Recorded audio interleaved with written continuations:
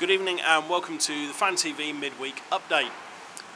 Starting off with the team news, John Kynaston revealed earlier this week that the Phantoms have been unsuccessful in reducing Sladdock's match penalty to a game penalty following the boarding call he received on Sunday. It had been assumed by many watching, including Bracknell B's owner Katie Ellifrue, that the penalty would be downgraded as the player that was hit returned to the ice following shift without missing a break. As it happens, it won't happen so. Joseph will miss at least Saturday's game against the Slough Jets. Looking around as well, the big news this week was the release of James Hutchinson. The release was cited in the official announcement as being on financial grounds. It was announced on the back of the Phantoms' 5-4 defeat by the Bracknell Bees on Sunday. Following the release, James Hutchinson tweeted that he was deeply hurt and upset by the release. However, we're pretty sure that he will find another club soon. Following on from that announcement though, the board and the management of the Peterborough Phantoms held an unprecedented fans forum this evening. We'll have a bit more on that later. Okay, looking now around the league, and on a slightly more amusing note, Swindon Wildcats look to be setting a new EPL record for the longest streak of overtime losses. Having lost on Saturday on penalties to the Peterborough Dalwood Phantoms, they promptly lost in overtime to Manchester Phoenix, bringing the total now to 17 losses in overtime without a win. Signing news from around the league as well. The Slough Jets announced that they have signed Dan Rose from their ENL side as a replacement for Josh Bruce, who departed not too long ago. The move is announced at the moment as being temporary, however we'll see as that goes. Okay, looking back now at the fans forum that was held this evening, the main headlines from the meeting were this wasn't a request for money, it was a request for ideas and help with marketing, etc. Also, there was an excellent turnout. Just under 100 people turned out tonight to give their ideas. If you want more information on this, log on to peterboroughphantoms.com. Now, earlier on this evening, and following the forum, I actually got to speak to Andy Halfhide, one of the members of the board, and so this is how the interview went. Okay. I'm joined by a member of the Phantoms board, Andy Halfhide. Andy, tonight saw a fairly unprecedented event with the fans forum. How did it go from your perspective? I was over the moon, to be honest, with the number of people that turned up to support the club. Just shows the level of commitment that there is in Peterborough for ice hockey. Everyone talks about die-hard fans, but it showed tonight. I think we counted getting up close to 100. So for me that was really impressive. We've got lots of great ideas in there tonight. A little bit thin on the ground at the moment with people coming forward to help, but I'm sure over the next few days that'll improve as well. The ones whose names I know without them giving them to me, I'll be contacting them as well.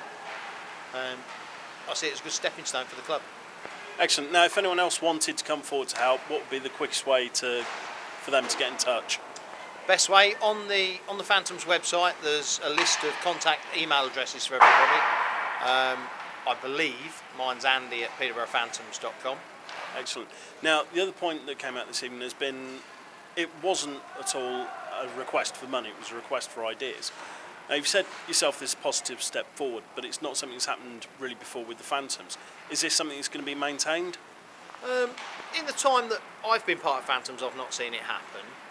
Over the years of watching, there have been times when they've asked for help, but for me, it's a key thing. Yeah, it's important to keep reiterating to people, we're not asking people to rattle the bucket because we know there's only so much money you can take off your regular fans.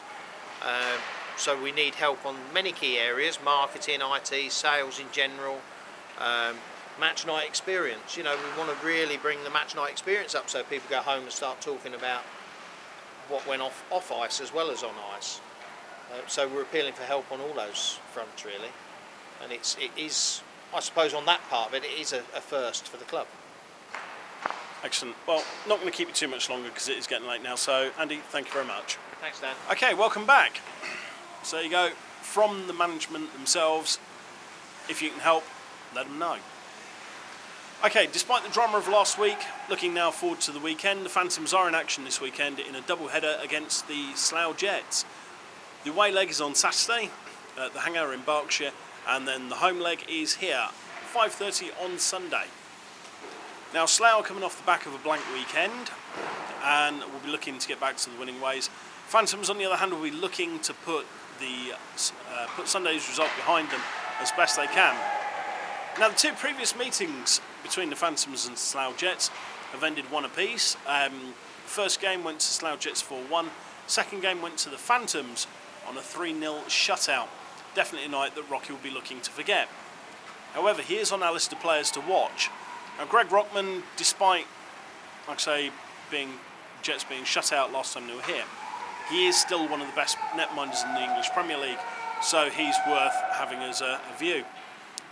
Also, Adam Greener, long-time Slough Jets player, very physical player, and he's definitely worth watching. And also František Bakralik. You may remember him from the last Jets game as being the one that decided to launch the puck into the crowd. Hopefully this time he'll be looking to keep the puck on the ice.